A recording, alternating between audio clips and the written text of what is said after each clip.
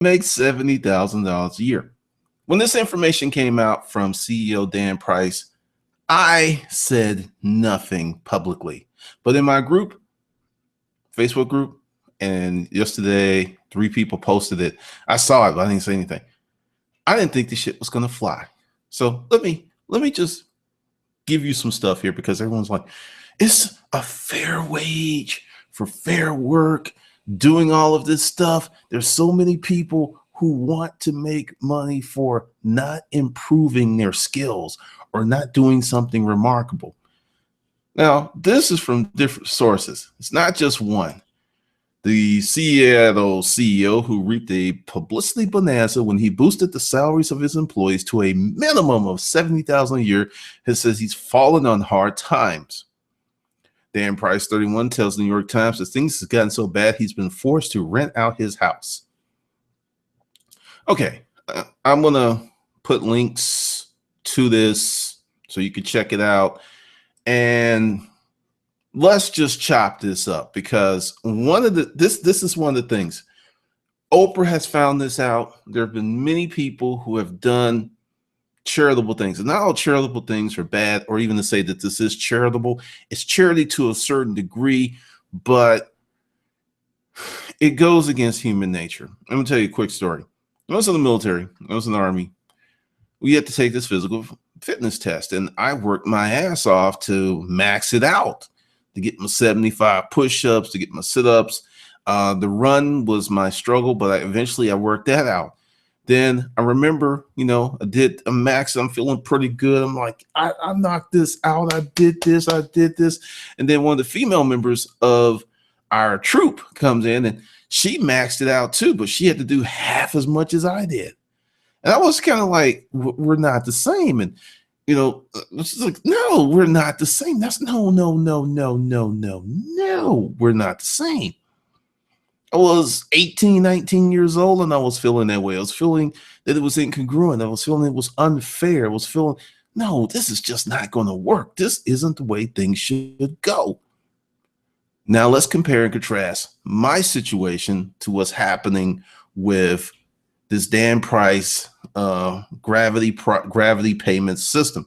Okay, if I was working in that company, and you can read the articles because I'm not going to read the articles to you, but if I was working that company and I had gotten myself up to 80, 90,000 through hard work, long hours, doing everything that I needed to do to be successful and feeling proud of my accomplishments, then here in a year later, here's someone else who's brand new, who hasn't done the things, who doesn't work as hard as I work, doesn't do these things that I do, and they're making damn near what I'm making.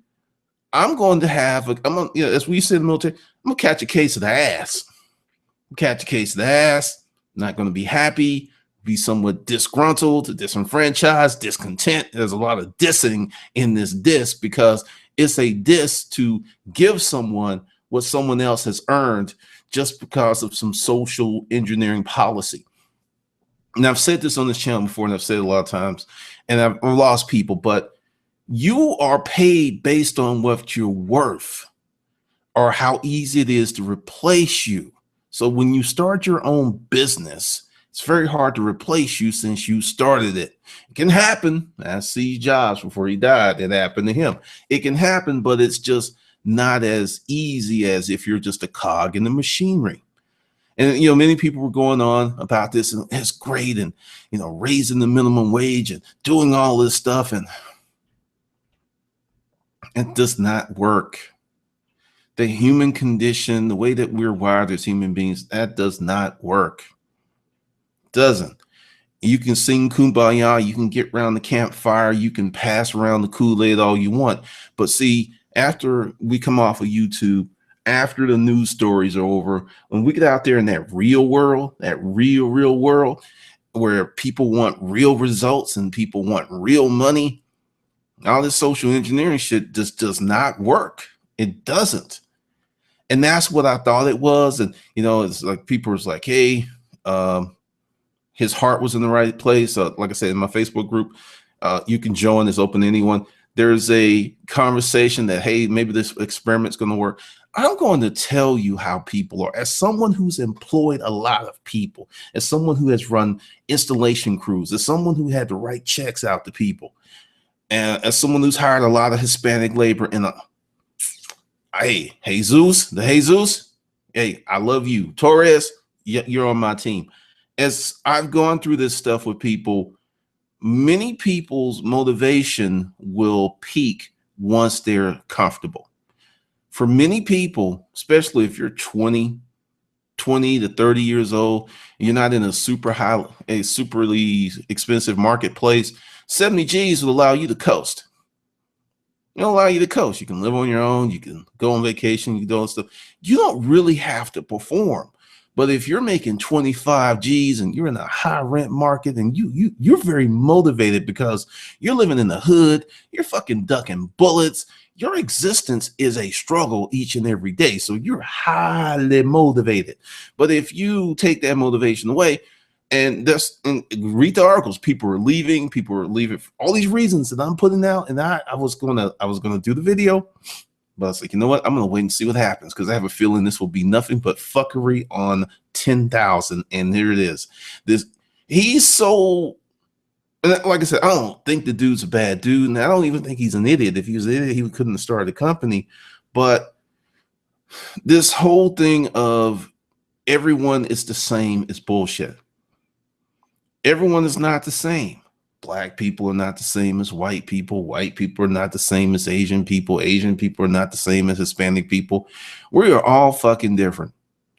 Everyone is going to bring to the table something different, something unique, something special, in some cases, something fucked up. But we're all different. And this whole thing of, oh, we're all the same. No, we're not. We're not even close to being the same. Hence this mess that's going on. And you know, I've done a few videos about how raising the minimum wage is a bad idea. Myself, I was homeless. I was working. There's videos on the channel, labor pool jobs, pulling diapers out of a landfill to make $35 for 8 hours work. I've done that shit. Or when I was older, I was in my 30s. I was like 31. I was working at PowerTel, which turned to VoiceStream, which now is T-Mobile. And here all my managers and bosses were 5-7 years younger than me. Do you think that I was happy with that shit? Do you think I woke up every day? We're going to go work for. I was like disgruntled, stressed out, and every damn day I was like, how the hell do I get out of this? How the hell do I get out of this? This is not working for the kid. This is not working. How the hell do I get out of this? How do I move forward? And that's what prompted me. This is on my desk. I haven't read it, but it's been highly recommended. I read a lot of books. I consume a lot of audiobooks.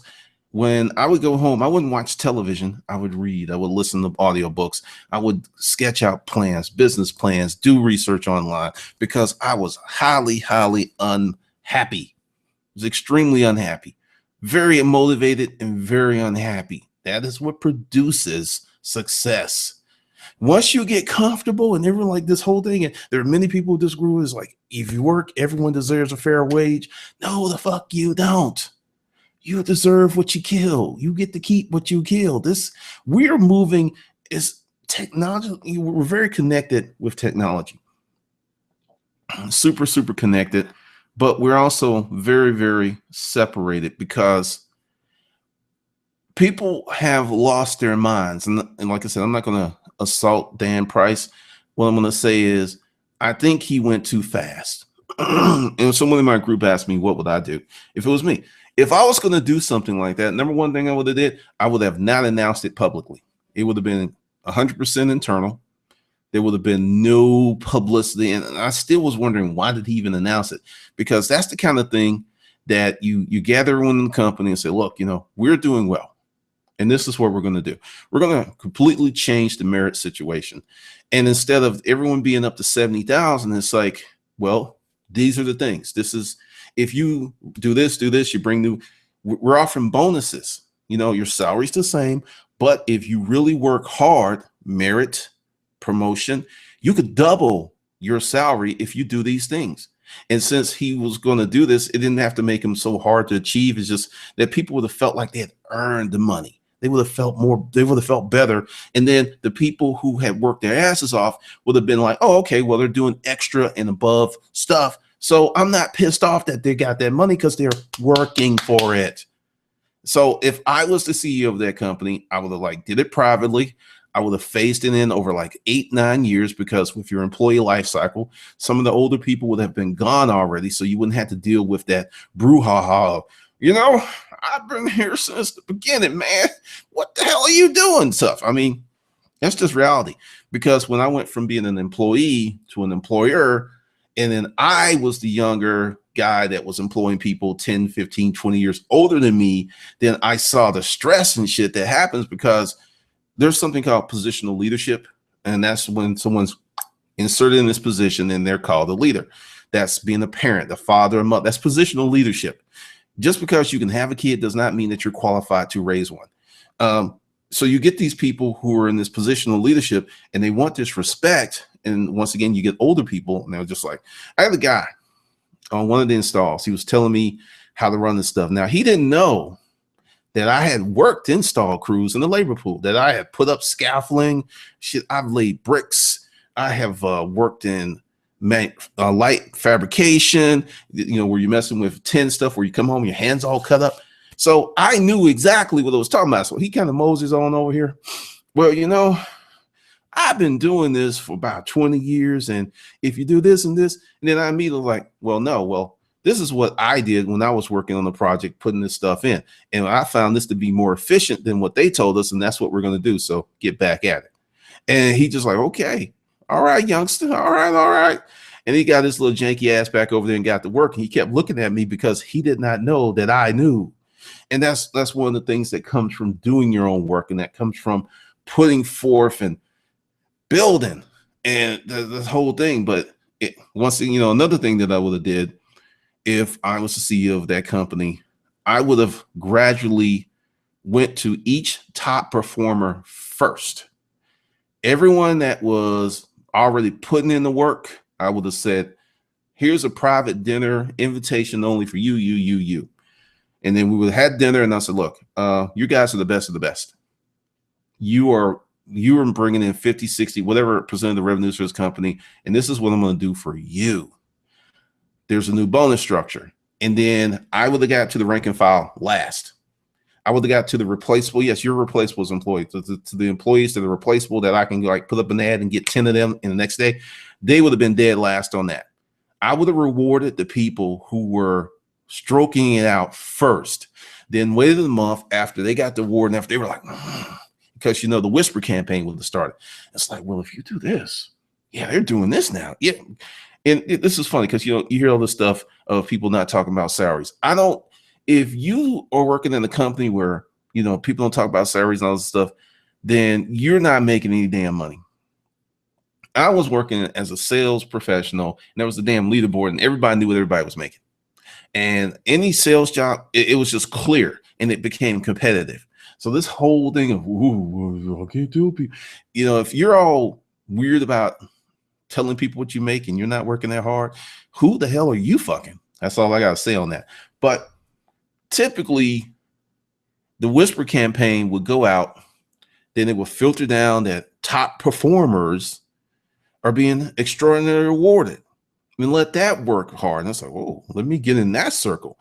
And then you would pull up, because you got people who are on that in the middle. They could either be a top performer or they're going to coast. And they just don't have any internal motivation to push them out of that spot. So something like that whisper campaign is like, whoa, Ed pulled in that deal. Ed's base is 80, but with his commission, he made $100,000 commission on that one deal.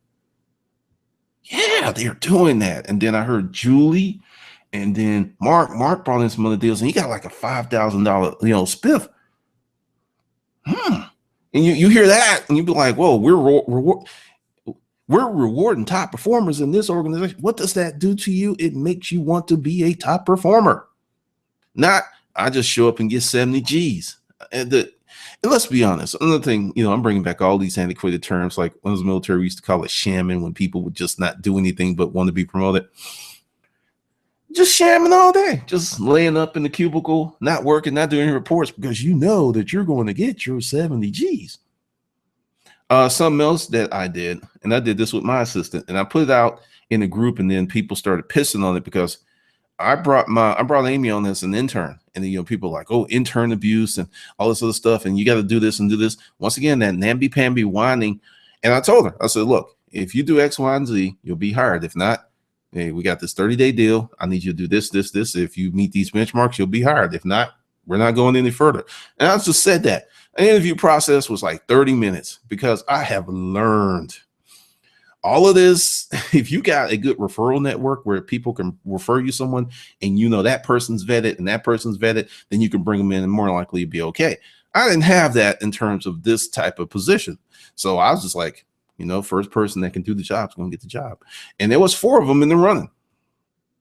And, I didn't get in trouble. Nobody tried to sue me, but I wasn't fucking with people, and it was a real fucking position. But you can do that. And then many people are going to tell you there's going to be some international, there's going to be some business consultants. Oh, I wouldn't advise my clients to do all this other stuff and everything. And to you people, I got to say this. We live in a country where from 2006, started in 2006, but I saw the meltdown 2006, 2009 was peak meltdown financially. And the same people who caused the meltdown were put in charge of the recovery. And some of those people got insane bonuses. But you're going to tell me that you can't hire someone in an open and honest manner as an intern and not worry about lawsuits. I live in the real world. I watch all this stuff and I was like, okay, well, that went down. Why did it go down? How did it go down? How can I do that? How can I make it do what it do? So, but I think it's unfortunate that so many people got caught up on the Kool-Aid, because you have people who have prepared themselves, worked super hard to get the positions they have. They've done everything right. And, they've foregone time with family, friends, working those long hours.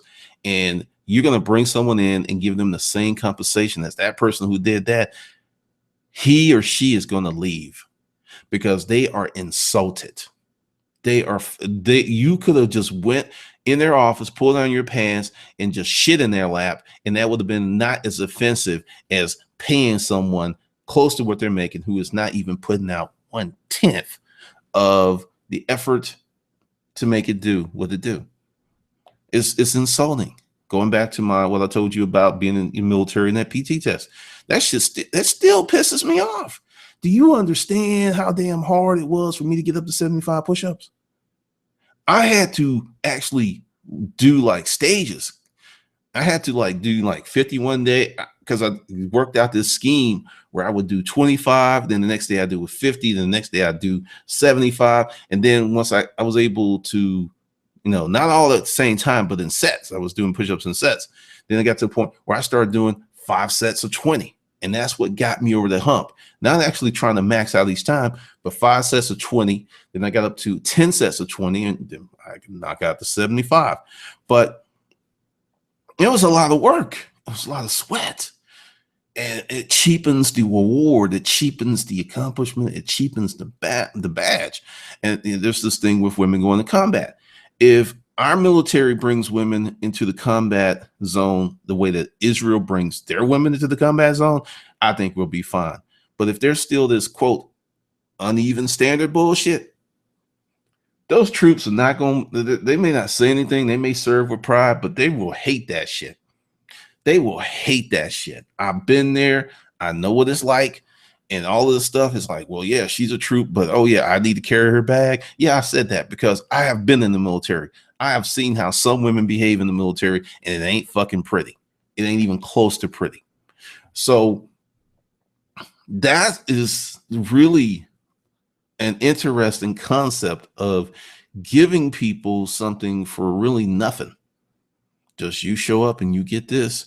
And also on the other side, as this meltdown, as things are going back, because people's like, well, you're, all right, just like I said, I'm not gonna read them. Dan Price, 31, tells the New York Times things have gotten so bad he's been forced to rent out his house. Only 3 months ago, Price was generating headlines. All right, So there's some other stuff that's happened. I think a lot of customers, because all right, this is the real. This is why you need to become a business owner, even as a part-time business owner, so you can understand the dynamics of how you spend money and how you hire people. There's companies that saw that and it's like, are we going to have to pay more for less? That's the first thing they thought. What is he doing? What's up with this social engineering? Uh, Business owners are mercurial as fuck, especially seasoned ones. They may be nice and they may not use my language and all this other stuff, but when it comes down to those brass tacks where the rubber meets the road, oh, they were mercurial. There is none of this, well, Dan, I think that's just wonderful that you're doing that. And we're fully on board. And if we have to raise what we pay you to make you meet this social obligation of social engineering, we're all on board. No CEO has ever said any shit like that. What they said was, Dan, is this going to impact service or is this going to make service better? Dan, we're paying you X and we don't, in your competition in the payments market is brutal. So there is no drastically raising your margins. Payments is brutal. There's Square, there's PayPal. There's so many. It's brutal. It's a commodity. So they were looking at him all cross-eyed. I'm quite sure. And I'm quite sure just like employees left, some customers left, probably some big ones. Because when you do certain things, because last week was funny. I met 3 people who saw me on YouTube. One dude, he had on the Domino's. He was a Domino's delivery guy. He was real cool. And the other 2, and they all said, well, with the Domino's, that was real brief. But the other one said, you're exactly the same as you're on YouTube. And I'm like, what did you expect? So what I'm telling you is we saw what was put out and polished, probably by a publicity person, but the real inner workings, I'm guarantee you, that shit was fucked up. And now I call into question, why did he do it? Because for your business to go from making that kind of announcement, getting that kind of buzz, for your business to hit the skids or to have some serious those problems were already there. Maybe he did this as a promotional stunt to get new business and it massively backfired. I don't know, because that's a quarter. For you to go from the point like we're going to bring everyone up to 70,000 to, oh shit, we got problems that I have to rent out my house because I don't have enough money.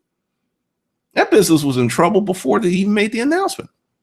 It had to be, because if they were as fat as it was presumed with bank, this should have been no issue. This shouldn't be in trouble. He shouldn't be in the news again. Shouldn't be. So it looks like that shit was just a publicity stunt straight up. And everyone's like, ooh, everyone's going to make 70,000. Yay. And see, I'm glad I waited, because what I was going to say was going to be much worse than I'm said today. Because the thing is, people are suffering. People are losing their jobs. People are getting laid off. People are leaving. Typically, when your top level talent leaves, they see those rats are their senior rats, so they know that the ship is sinking before the lower level rats do. So I wouldn't be surprised, and hopefully this doesn't happen. But if he's out of business or in bankruptcy in the next 24 months, would not be a surprise to me. Wouldn't be, because there's a lot of shit wrong here. But for those of you who want to be rewarded for doing not much or to double your income for doing the same thing, I want you to get up from the computer or your phone, whatever. I want you to go in the bathroom.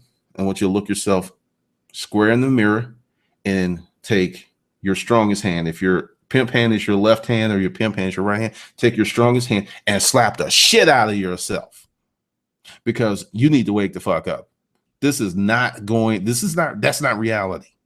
Your competition isn't Bill in Iowa. Your competition is Abdul in the Middle East. Your competition is Shang Shuang in Hong Kong. And I posted on my personal page, and someone posted in the group, China has the most self-made billionaires, female billionaires in the world. The most in the world. That should tell you about the infrastructure of China and what they're doing. They have the most self-made. Most of the female billionaires in the United States Got it from inheritance. Oprah is self-made. The woman that created Spanx, she's self-made. And I'm thinking the rest got it through inheritance. I'm telling you, China is robust. And the next place that's going to be popping, Africa. Only continent that doesn't have to re-import nothing. Has all the natural resources. It's totally self-sustaining due to so many bad things. That's why it's not a power, but it's got the resources and it's got the people. And once they start to light up that continent with internet, because right now mobile's the thing. Everyone's got internet on their mobile. Well, when they really light it up, high-speed cable, and it just goes across the continent, maybe in the next 30, 40 years, place is going to be bumping, if not sooner. Africa, South America, this is what's happening. You got friends around the world. We talk about this. The world is changing. And I think this, if you look at America, you look at the UK, a lot of these places with these massive social programs, they're starting to crack under the pressure of all that weight. Now, if you slap yourself, if you didn't understand, you just scared. And if you slap yourself, understand you got to do what you need to do to support yourself, support your family. You got to put out your thing. And like I said, if you're just waiting on someone to come give you this huge salary because your parents said you were special, that's all I got to say with that. So with that, if you made it to the end of the video, there's a few things I'm going to request. Join the Facebook group. Go below the videos. There are many different email lists. You can like them if not. And for those of you who are on the hustler tip, I've made a big change, big change, because I've had a lot of people ask me about hustler mindset, life skills, and I brought it back. And this is going to be the separation. I've got business clients who are rocking out. Then I've got people who want to be business people and they don't have the education or the experience. So hustler mindset, life skills is going to be about the hustle. It's going to be in the number one class. And I got the platform going and I'm going to upload the first session today. And it's going to be Disruptive Money Personal, because what I did was I kind of blended disrupt money with business and personal. And that's just too much for the average person. It just is. I mean, I've gotten the feedback. It's just too much, because if you're not there, if you're still in that job mentality, it's just going to be easier to move you to making an additional 500 to 1,000 a month first before we go to full business ownership. That's just reality. You know, I had a dream, and the dream wasn't a nightmare. It just didn't come true. It's just not going to happen, because it just puzzled me that how can I get two people who take the same course and this other person is like, and I get into the data and, oh, this person was a business owner, or this person had a family family member was a business owner. This person had a business before. And it just kept coming back. You gotta get that experience. So we're going to do some different things. It's going to be Disruptive Money Personal, courses on how to hustle. I'm probably going to move Disruptive Mating there. That's going to make more sense there. And then for the main and separate platforms, it's going to be Hustler Mindset, Life Skills. That's it. And the Hustler Mindset Project is just going to be the long form courses. In Hustler Mindset, Life Skills, courses will take a day to a week to do, because there's something else I've noticed over the years. Typically, people who are business owners have the time to delve into this stuff more so than the folks with jobs. So we'll do that. And everything in the Hustler Mindset Project is going to be more geared toward business owners, or business owners, someone who has a strong business owner desire. It will not be quick and down and dirty. It's because that's just been the frustration. So there is going to be the Hustler Mindset Project. It's going to be the business. Hustler Mindset Life Skills. It's going to be hustle, things like that, like how to buy your first car and get a screaming deal, how to rent an apartment, how to rent a house when you got jacked up credit, things like that. And then Project YouTube, which will be unto itself another project, because YouTube is just too much for you to even think that you can get into in like a week-long course. I mean, if you went to a week-long seminar where you went somewhere 8-10 hours a day, that might work.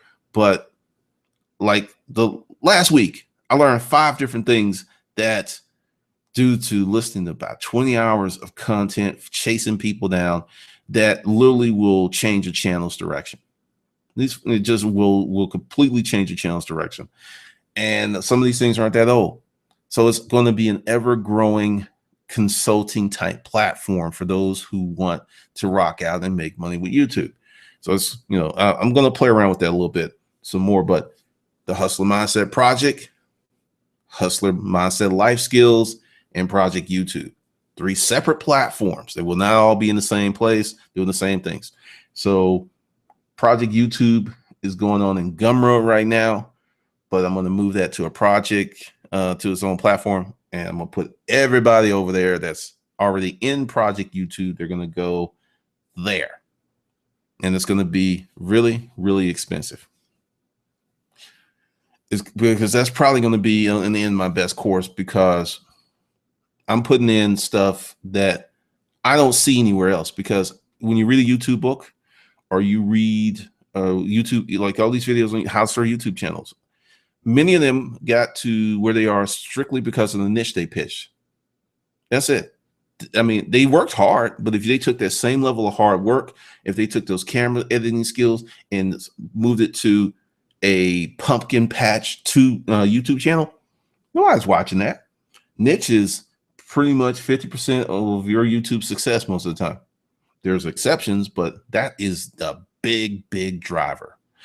I'm started my YouTube experiment thanks to the person who said, hey, I'm already seeing it. That channel is is it 2 weeks old? I only put up 4 videos and I'm already seeing the big difference. Because that channel, it'll be nothing but YouTube.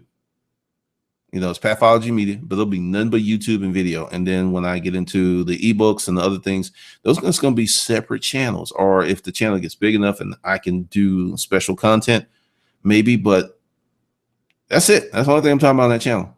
YouTube. That's it. Nothing else. And like I said, it's going to be really, really fun. So if you want to be part of the Hustler Mindset Life Skills, it's a founder deal because I'm changing everything up. I got to redo everything. It's $100. Bam, you're in. Nothing else. That's it for now. And you get a T-shirt. I don't have the T-shirt on me. It might be on the eye. I'll put it in the video. But you'll get a Hustler Kung Fu T-shirt as being a founder. Oh, and for those of you who are like, oh, hell no, don't. This is going to go on for 30 days. The founder deal is going to go now. The $100 may not last for 30 days, but the founder deal with the T-shirt is going to last for 30 days. Because as I build out the program, I'm going to spend, like I said, first thing's going up today, and every day I'm going to drip content in. So right now, it's just going to be a few courses, and I'm going to change stuff up. There's some things that I can move from one platform to other. There's other stuff I got to completely redo, and I'm just going to drip it in. And then when I get up to maybe 10 hours of content, I'll probably raise it to 150 or 200, but it'll still be founder status with the shirt and everything. And then in August, it'll probably be like $350, $400. But at that point, it's going to have tons of useful content. Things like how to properly complain. And I'll tell you, this is something that happened. I went ahead, I was dating this girl, and she had a Honda Accord, and it started doing this strange stuff while we were on Peachtree Industrial, like slamming, like it was just like, bam. I looked it up. It's recall item. Go to Curry Honda, tell them. They say it's already been fixed. And we're like, no, it hasn't. She's freaking out. She doesn't have any money for a car. So I start my letter writing campaign, and I got them to fix it. I'll tell you how to do that. There's just so many things that you can do. Like I said, probably the child support thing, it's going to go over there. Just a lot of life skills that people don't know. I'm not going to put like how to talk to a police officer, but I mean, my license was suspended. It was a mistake. I didn't know it. And I got pulled over. Did I get arrested? Nope. Did a car get impounded? Nope. Did I get beat down? Nope. It was a white female cop. We had a conversation. I wasn't even going, yes, ma'am, no, ma'am. I was like, no, that's not true. Well, this is what happened. I handled that years ago. And I remember going to the municipal courts. The lady gave me these envelopes. I had to go to the DMV because that's what happened. That was the truth. And she's like, this does seem strange. That's what she said. And we had another conversation. And she said, okay, well, I got to give you a ticket, but, go to court, work this out. Just be safe. And you have a nice night. That's it. Go to court, dismissed. But based upon the current news events, you would think since I'm black that I should have had my ass kicked, my car impounded, and I should have woke up with a noose around my neck or, not woke up. And it's just simply not true. It's just not true. I'm going to even get political.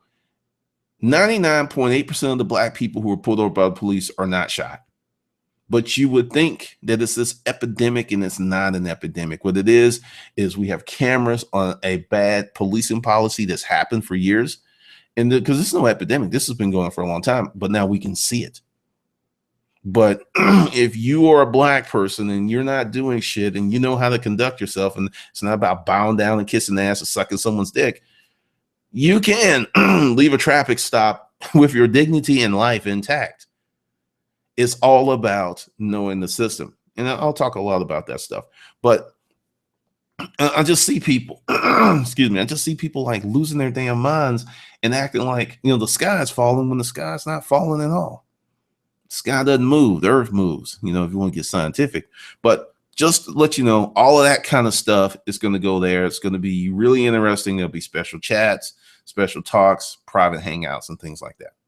So with that, if you want to be part of it, there would be either an I, and let me tell you about the I, because the thing is, many people don't know this. If you want to see the I at any time, just put your cursor or finger over the video and the eye will pop up, and you can click it and you'll see everything that's offered. And you can get in. So it'll either be the I or I'll have an annotation. If there's an annotation, if you're on mobile, you won't see it. So you'll have to look for the I. But that's going down. You can go ahead and get in now. There's nothing there. It'll be dropping, the first course to drop 6 p.m. today or a little earlier. And then we will be adding content pretty much 4 to 5 days a week. A lot of stuff's coming up. A lot. So go ahead, jump in, get in now. And if you want the t-shirt, it'll be in the I or the annotation, and you can check that out too. All right. So with that, this is Glendon. Be sure to get something. You can get something for free. You can pay a little money, and I will see you in the next session.